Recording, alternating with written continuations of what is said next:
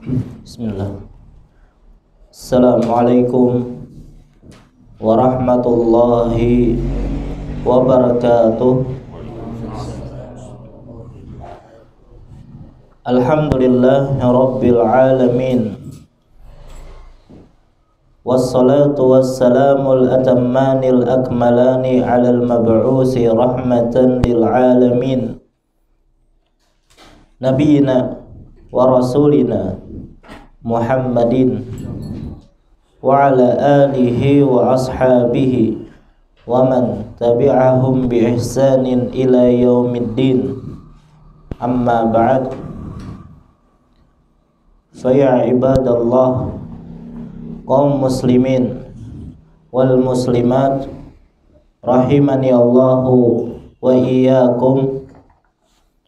Alhamdulillah, segala puji bagi Allah Subhanahu wa ta'ala yang kembali mengumpulkan kita di majelis yang mulia ini dalam rangka menghadiri kajian rutin kita membahas tentang tafsir juz amma.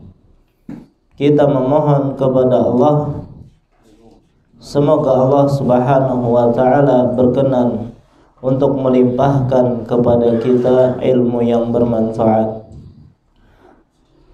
Salawat serta salam semoga senantiasa tercurahkan kepada junjungan kita Nabi besar Muhammad sallallahu alaihi wasallam, kepada keluarga beliau, para sahabat beliau, dan orang-orang yang istiqamah di atas jalan beliau ila yaumil qiyamah. Insyaallah pada kesempatan malam hari ini kembali kita akan melanjutkan pelajaran kita, yaitu tafsir surah Al-Ma'un, yang mana pada pertemuan yang lalu kita lanjutkan, afwan. Jadi pada pertemuan yang lalu kita telah menjelaskan bahwasanya agama Islam merupakan agama yang sempurna, yang tidak hanya mengatur hubungan manusia dengan Allah yang disebut dengan hablum minallah, tetapi juga mengatur tentang hubungan dengan sesama makhluk atau sesama manusia yang sering disebut dengan istilah hablum minan nas.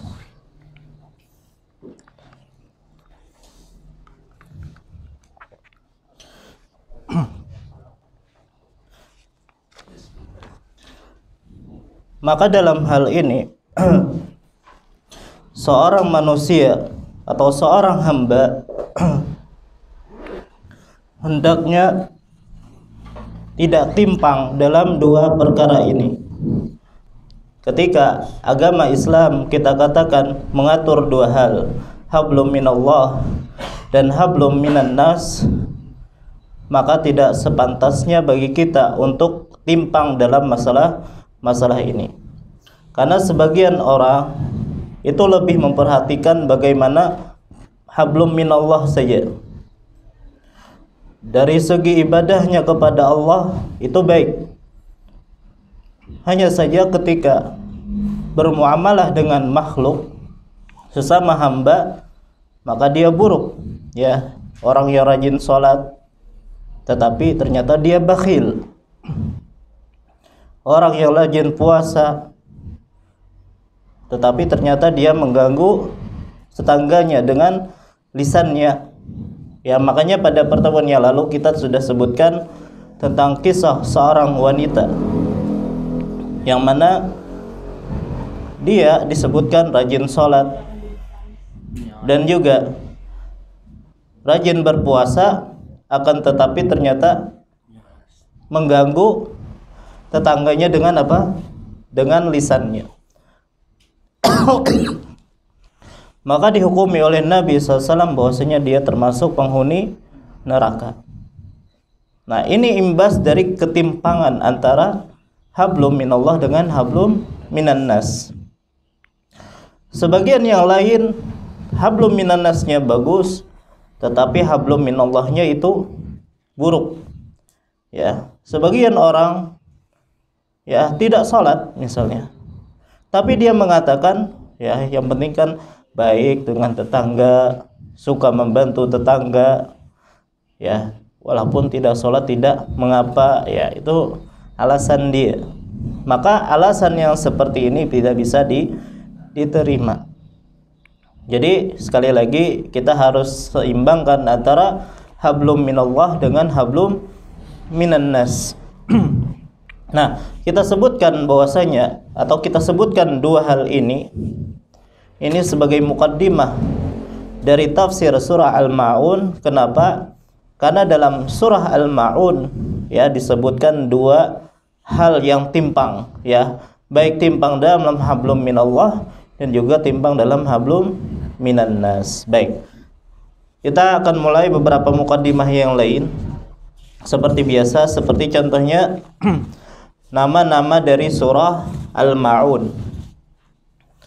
Apa saja nama-nama dari surah Al-Ma'un? Pertama adalah surah Al-Ma'un. Maka ini jelas.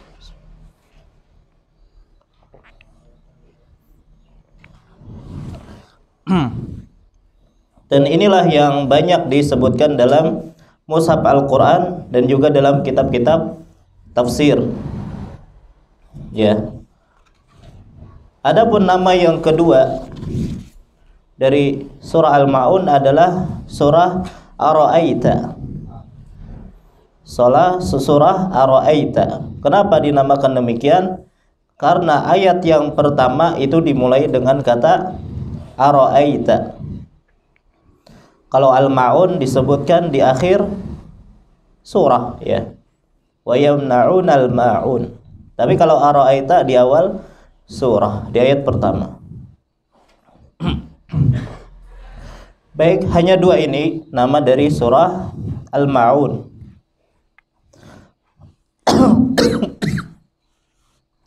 Adapun sebab diturunkannya surah Al-Ma'un, maka para ulama menjelaskan, ya, jadi surah ini dibagi menjadi dua.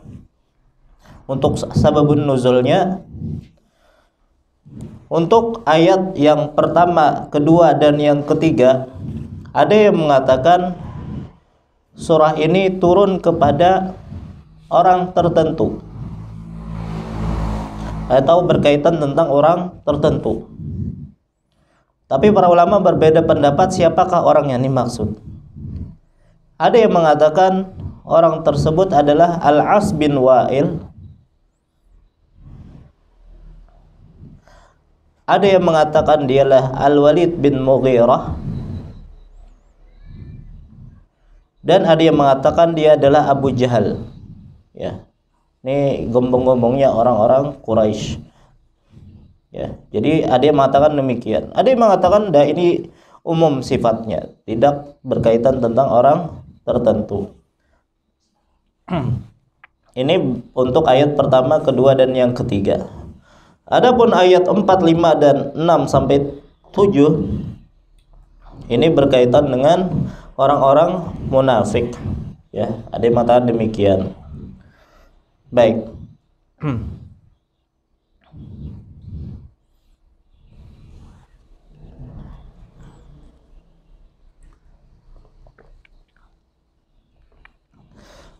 Adapun apakah ada keutamaan surah Al-Ma'un dan momen-momen pembacaan surah ini, maka para ulama menjelaskan tidak ada dalil yang sahih baik dari Al-Quran ataupun hadis Nabi SAW yang menjelaskan fadilah atau keistimewaan khusus untuk surah Al-Ma'un. Ya. Adapun hadis yang disebutkan oleh para ulama di dalam beberapa kitab tafsir mereka tentang keutamaan khusus dari surah ini, maka dinyatakan hadisnya dhaif oleh para ulama. Ya, di antara hadis tersebut adalah man qara'a surata ara'aita ghufira lahu in kana lizzakati muaddiyan. Barang siapa membaca surah Al-Ma'un, niscaya ia akan diampuni jika ia menunaikan zakat. Jadi ada dua hal katanya, kalau dia membaca surah Al-Ma'un dan menunaikan zakat, maka dia akan diampuni. Ya, hanya saja tadi kita katakan hadisnya hadis yang dhaif. Begitu juga ya, kita belum mendapati adanya dalil yang menunjukkan bahwa surat ini perlu dibaca pada momen-momen tertentu. Artinya kalau pian ingin baca, silahkan dibaca kapan saja tanpa harus menentukan waktu tertentu.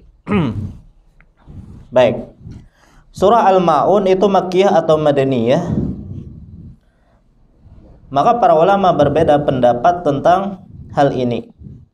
Namun mayoritas ulama menyatakan bahwasanya surah Al-Ma'un adalah surah Makkiyah. Ya, surah Makkiyah adalah surah yang diturunkan sebelum Nabi SAW berhijrah. Jadi bukan masalah apakah beliau di Mekah ataupun di Madinah, enggak, tapi patokannya itu adalah sebelum atau sesudah berhijrah. Sebelum berhijrah disebut Makkiyah, dan setelah berhijrah disebut dengan Madaniyah. Walaupun turunnya di Mekah, tetap dikatakan Madaniyah. Baik.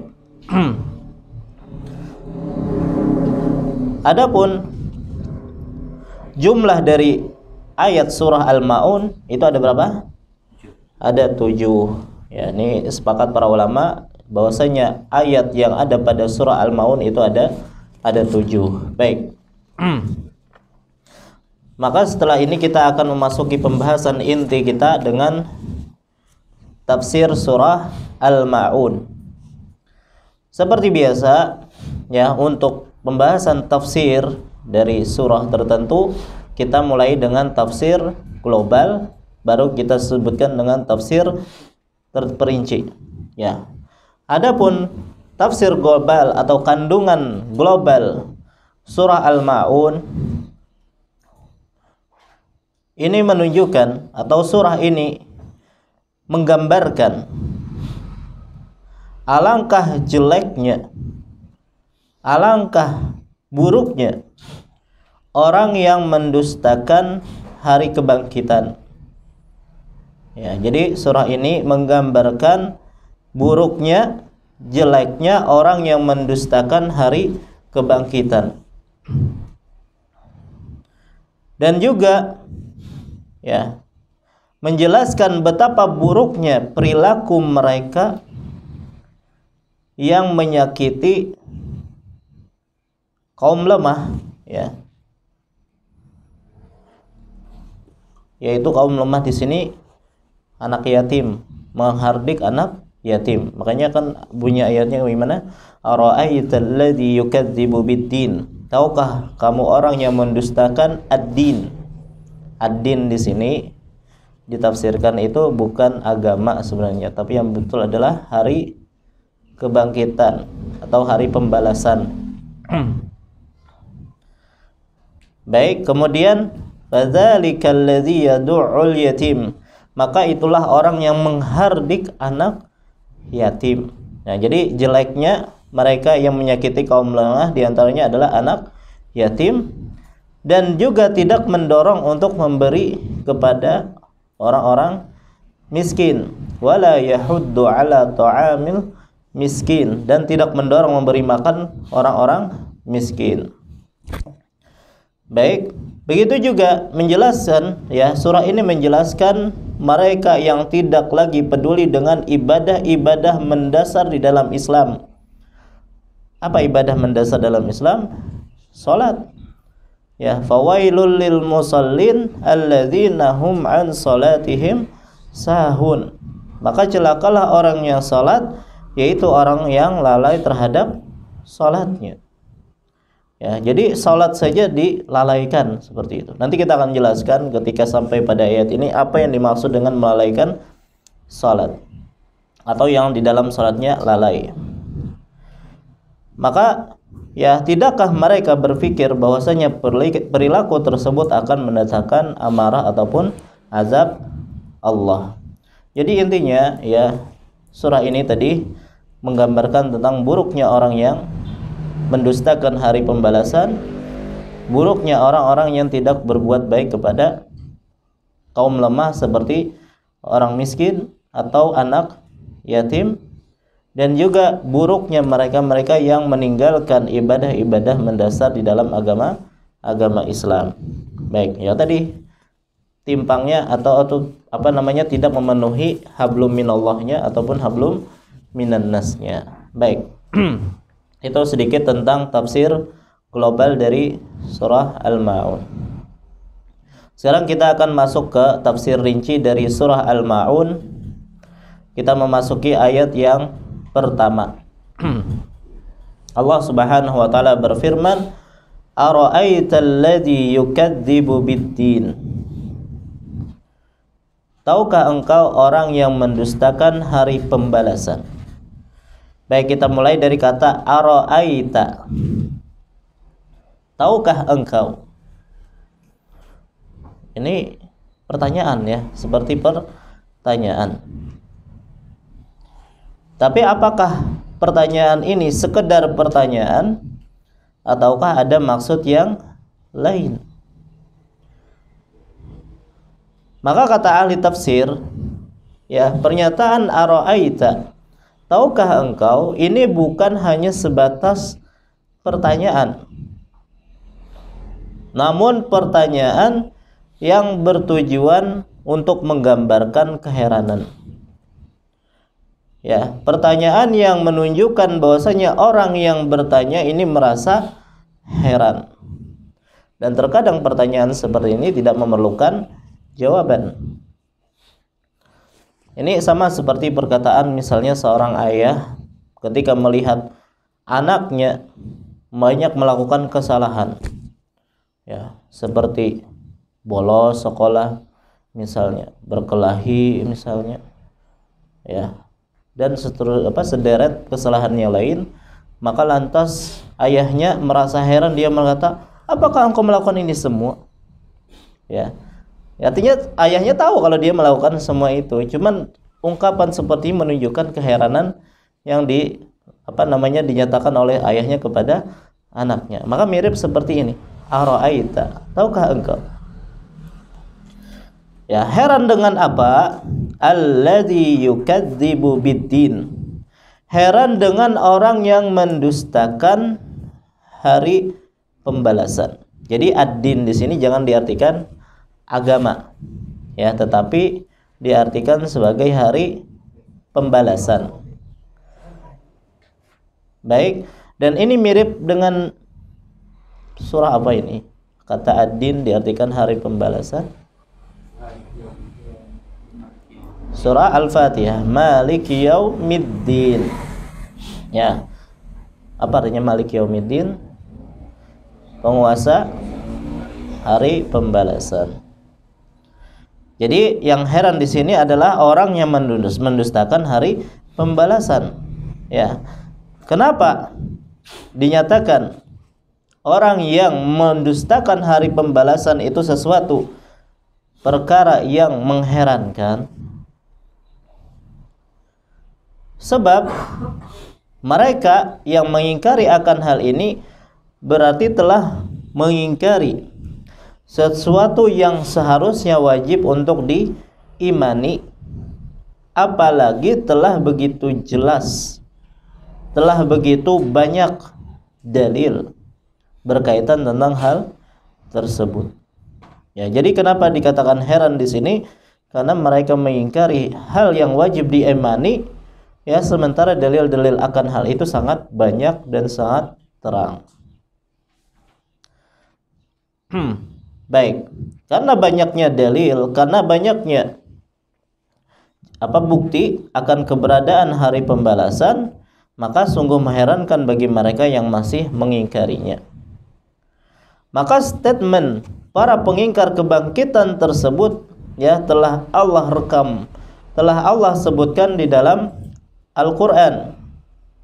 Di antaranya adalah firman Allah Subhanahu wa taala di dalam surah As-Saffat ayat 16 sampai 17. Aidza mitna wa kunna turaba wa idhama a inna lamab'utsun. Jadi Allah menyebutkan tentang pernyataan mereka, ya, bahwasanya mereka mengingkari adanya kebangkitan. Apakah apabila kami telah mati dan telah menjadi tanah dan tulang belulang, apakah benar kami akan dibangkitkan kembali? Ini pertanyaan tapi mengingkari sebenarnya. Jadi mereka mengingkari, masa sih ya seseorang yang sudah menjadi tanah berubah menjadi tulang belulang saja, apakah bisa dibangkitkan? Itu argumen mereka yang mengingkari adanya hari kebangkitan.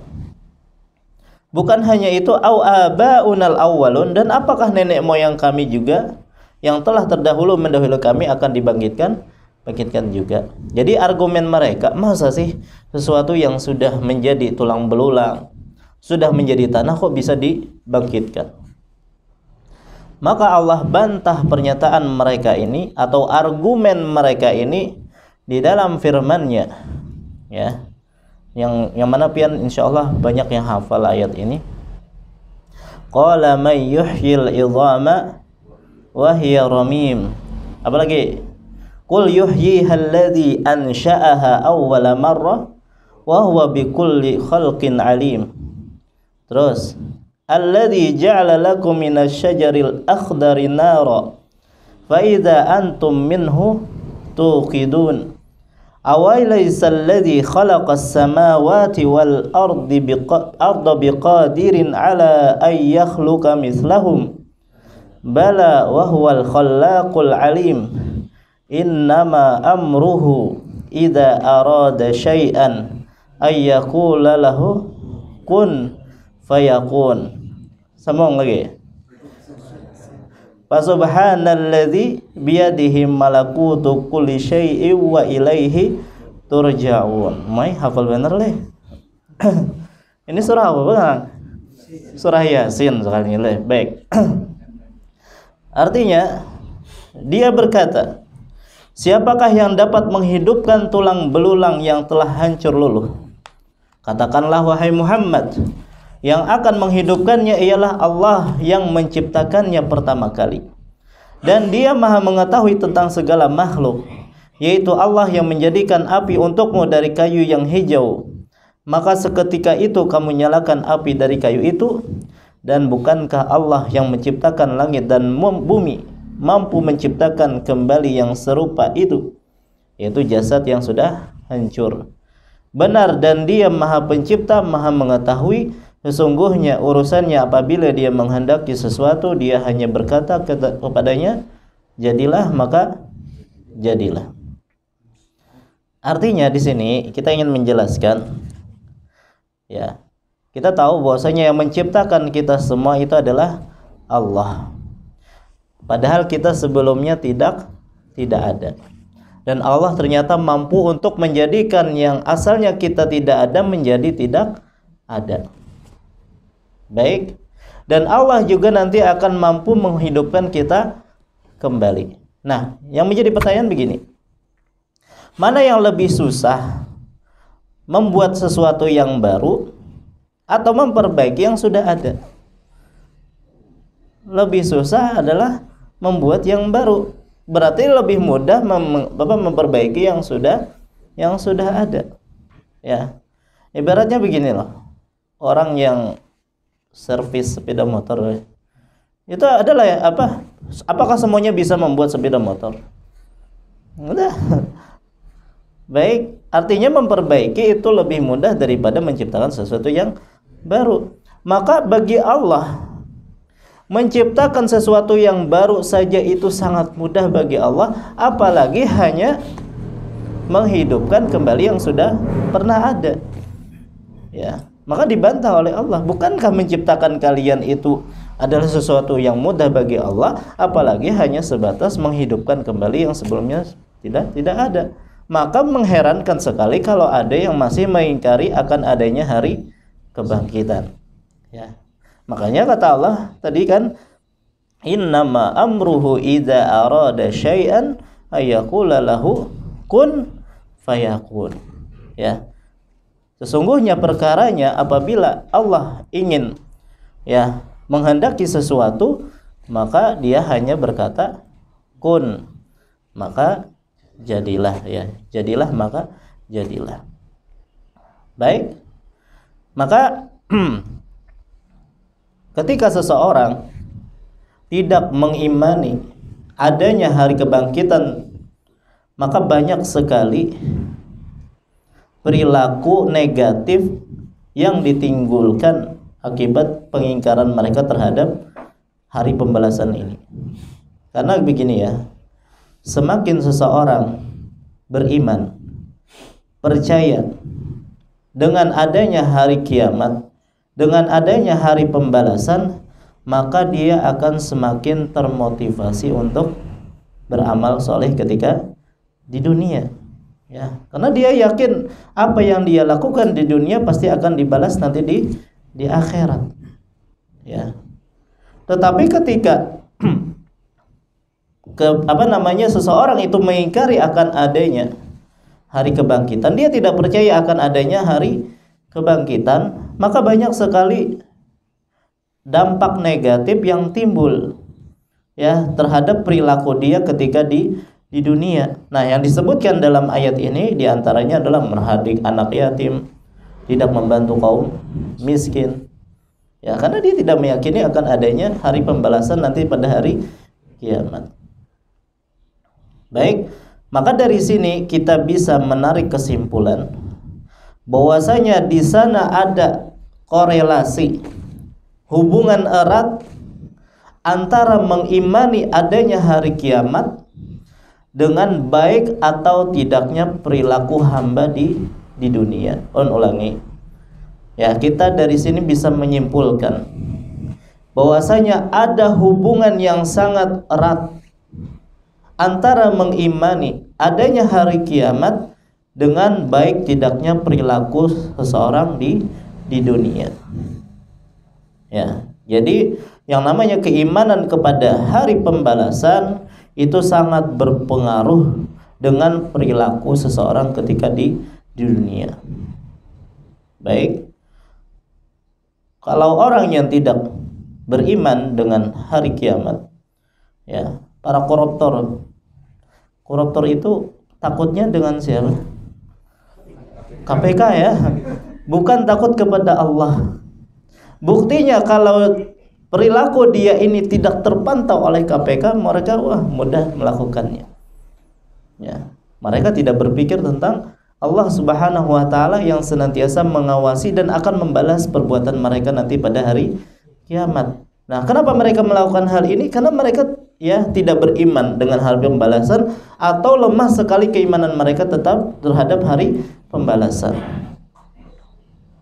Maka dari sini kita tahu bahwasanya keimanan dengan adanya hari pembalasan atau hari kiamat adalah salah satu motivator ya utama seseorang untuk beramal saleh. Ya, andaikan seseorang keimanannya kepada hari akhir itu menancap kuat di dalam hatinya dan sudah menjadi mendarah daging di dalam dirinya, maka dia akan menjalankan perintah agama tanpa harus disuruh pun dia akan melakukannya. Tanpa harus dipaksa, tanpa harus diancam, dia pasti akan melakukannya karena dia sudah memahami bahwasanya perbuatan dia di dunia ini akan dibalas nanti di akhirat. Ya.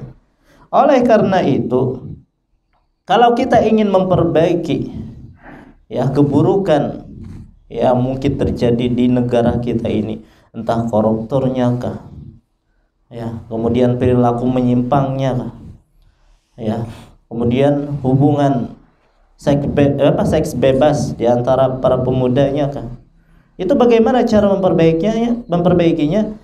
Yang paling utama adalah memperbaiki keyakinan dia terlebih dahulu, ya, memperbaiki akidah dia, memperbaiki keimanan dia. Ya, ketika keimanan dia bagus kepada Allah dan kepada hari akhir, akan adanya hari pembalasan nanti di akhirat, maka dia akan dengan sendirinya memperbaiki perbuatan dia. Ya. Makanya kita sering sekali mendapati di dalam hadis-hadis Nabi SAW bahwasanya beliau memotivasi seseorang untuk beramal saleh atau melarang seseorang dari melakukan keburukan, ya, dan menggantikannya dengan keimanan kepada Allah dan apa? Hari akhir. Di antaranya sabda Nabi SAW, "Man kana yu'minu billahi wal yawmil akhir fala yu'dhi jarahu." Barang siapa yang beriman kepada Allah dan hari akhir, janganlah ia menyakiti tetangganya. Ya. Maka bagaimana seseorang bisa tidak mengganggu tetangganya? Di antaranya kalau dia memiliki keimanan yang kuat terhadap hari akhir. Begitu juga dalam lanjutannya, wa man kana yu'minu billahi wal yawmil akhir falyukrim dhaifahu. Barang siapa yang beriman kepada Allah dan hari akhir, hendaklah dia memuliakan tamunya. Wa man kana yu'minu billahi wal yawmil akhir falyaqul khairan aw liyasmut. Barang siapa yang beriman kepada Allah dan hari akhir, maka hendaklah dia berkata yang baik atau hendaklah dia diam. Kenapa? Karena perkataan kita ini akan dihisab nanti pada hari kiamat. Maka diingatkan selalu dengan hari akhir. Baik. Begitu juga sabda Nabi sallallahu alaihi wasallam, "Wa man kana yu'minu billahi wal yawmil akhir fala yajlis ala ma'idatin yudaru 'alaiha bil khamr." Barang siapa yang beriman kepada Allah dan hari akhir, janganlah ia duduk di meja makan yang diedarkan di atasnya minuman keras, khamar. Ini di mana ada yang kayak ini? Diskotik mungkin ya. Jangan sekali-kali mau datang ke sana. Baik, maka dari hadis-hadis yang tadi kita sebutkan, dalil-dalil yang kita sebutkan menunjukkan adanya korelasi yang sangat erat antara apa? Keimanan dengan hari akhir, hari pembalasan, dengan perilaku seseorang ketika hidup di dunia. Adapun orang yang tidak memiliki keimanan, coba lihat bagaimana orang-orang kafir yang mana mereka tidak memiliki keimanan terhadap hari pembalasan, maka mereka akan sungguh-sungguh dalam masalah perkara dunia. Mereka akan happy lah istilahnya, memanfaatkan ya kehidupan mereka mumpung masih hidup di dunia, kata mereka. Ya, banyak di antara mereka meyakini kalau sudah meninggal ya sudah habis urusannya, tidak ada kehidupan setelah itu. Ya, jadi jangan malah kita ikuti-ikutan mereka. Kita yang memiliki keimanan bahwasanya segala apa yang kita lakukan akan dibalas oleh Allah pada hari kiamat kelak, maka jangan sampai mengikuti orang-orang yang tidak beriman dengan hari kiamat. Jadi penting sekali untuk menanamkan akidah yang benar ya kepada pribadi-pribadi kita dan juga keluarga kita dan masyarakat kita. Karena itulah di antara cara membuat baiknya kondisi sebuah negara. Makanya pantas saja Nabi sallallahu alaihi wasallam ketika berdakwah ya, beliau memulainya dengan apa? Tauhid, akidah, penanaman akidah yang benar. Makanya selama berapa tahun Nabi SAW di Mekah? 13 tahun Nabi SAW itu berdakwah, kebanyakannya hanya berkaitan tentang masalah tauhid dan akidah, penanaman terhadap akidah, penanaman terhadap adanya hari akhir. Makanya ketika Nabi SAW diperintahkan oleh Allah Subhanahu wa taala berfirman, berdakwah, maka apa yang dilakukan oleh Nabi SAW? Ya, beliau naik ke atas sofa. Ya, kemudian beliau mengumpulkan orang-orang. Ya, maka akhirnya ketika Nabi SAW sudah melihat orang berkumpul, apa yang beliau katakan? Ini ya, aku memberikan peringatan kepada kalian tentang akan adanya azab yang pedih. yaitu pada hari kiamat kelak, kalau kalian masih dalam keadaan kalian seperti ini. Jadi yang paling beliau ingatkan kepada kaumnya adalah akan adanya hari pembalasan nanti pada hari kiamat kelak. Ya. Kenapa? Untuk membangun akidah seperti itu yang akan berpengaruh kepada perilaku mereka nantinya. Ya, coba bayangkan setelah mereka, banyak di antara mereka yang masuk Islam, ya, yang asalnya perilaku jahiliyah, pembunuhan, perzinaan, khamar, judi, itu mudah mereka tinggalkan ketika sudah ada akidah yang menancap dalam hati mereka. Kalau sudah akidah itu baik, maka yang lain itu dengan mudah untuk bisa dihilangkan perbuatan-perbuatan buruk. Ya, makanya para ulama kan sering menyuruh atau menganjurkan para dai untuk memulai dakwah mereka dengan apa? Dengan tauhid, dengan penanaman akidah yang kuat.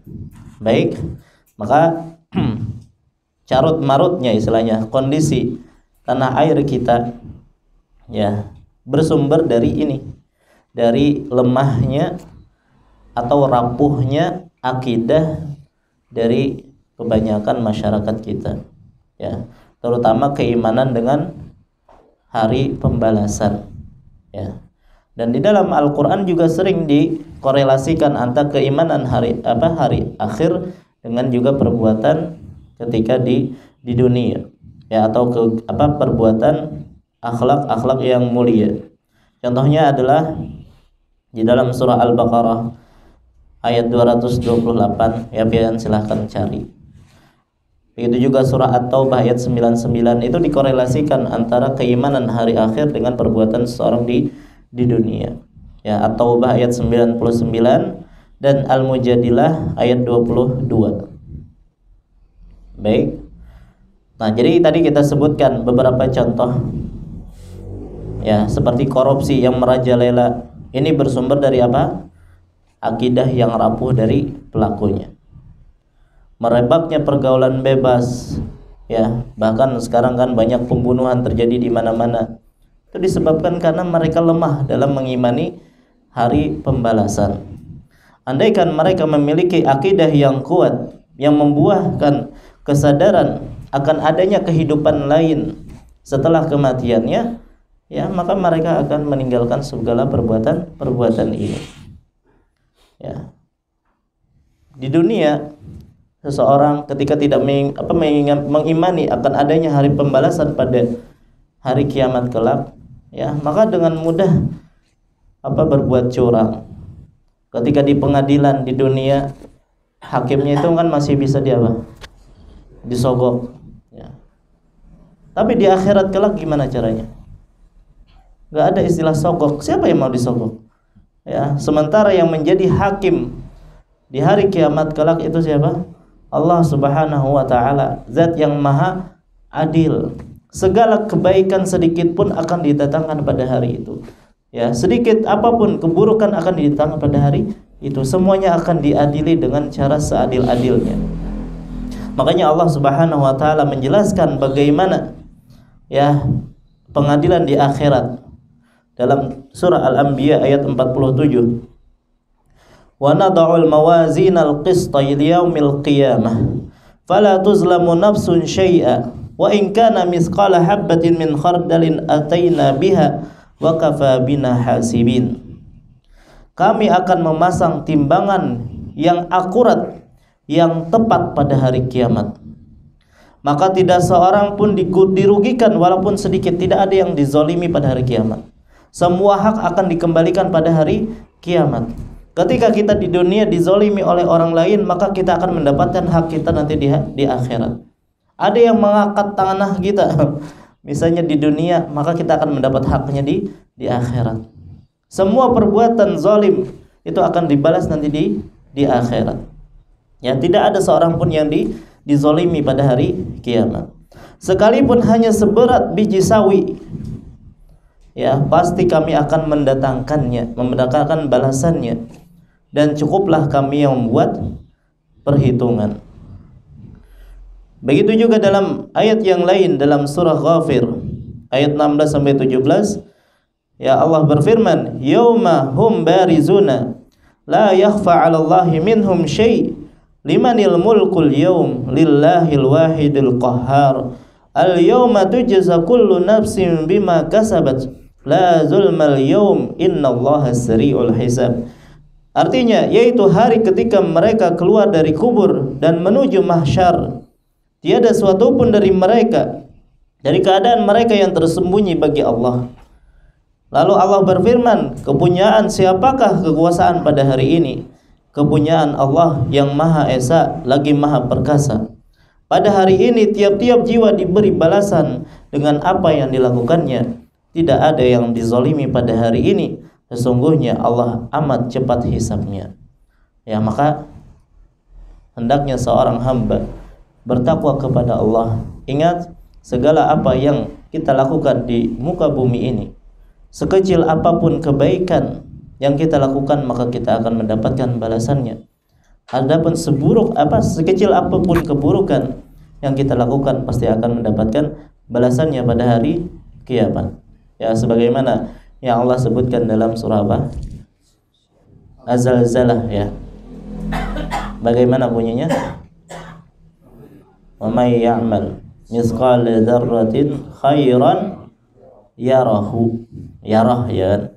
Wa may ya'mal mithqala dzarratin syarran yarahu. Biar pahamlah pas membaca ayat itu. Ya, barang siapa yang melakukan kebaikan walaupun hanya sebesar zarrah, yarahu, maka dia akan melihat apa? Balasannya. Dan barang siapa yang melakukan keburukan walau hanya sebatas sebiji zarrah, maka dia akan mendapatkan atau melihat balasannya. Ya, maka kembali kita ingatkan bahwasanya penanaman akidah kepada diri kita, keluarga kita, anak istri kita itu sangat penting, karena itu akan memberikan pengaruh kepada perbuatan mereka ketika di dunia. Semakin kuat akidah tertanam di hati kita, ya, maka semakin mudah kita untuk berbuat taat kepada Allah Subhanahu wa taala. Tetapi semakin lemah keimanan kita terhadap hari pembalasan, ya, itu menyebabkan perilaku kita pun menjadi ke arah yang negatif. Baik, nah inilah mungkin sedikit tentang tafsir dari ayat yang pertama. Ya, insyaallah pada pertemuan yang akan datang kita akan lanjutkan untuk tafsir-tafsir berikutnya, yaitu ayat yang kedua dan seterusnya. Baik, ini yang bisa ulun sampaikan. Ya, salah khilaf mohon maaf. Wassallallahu ala nabiyina Muhammad wa ala alihi wasallam. Subhanakallahumma bihamdika asyhadu an la ilaha illa anta astaghfiruka wa atubu ilaik. Wassalamualaikum warahmatullahi wabarakatuh.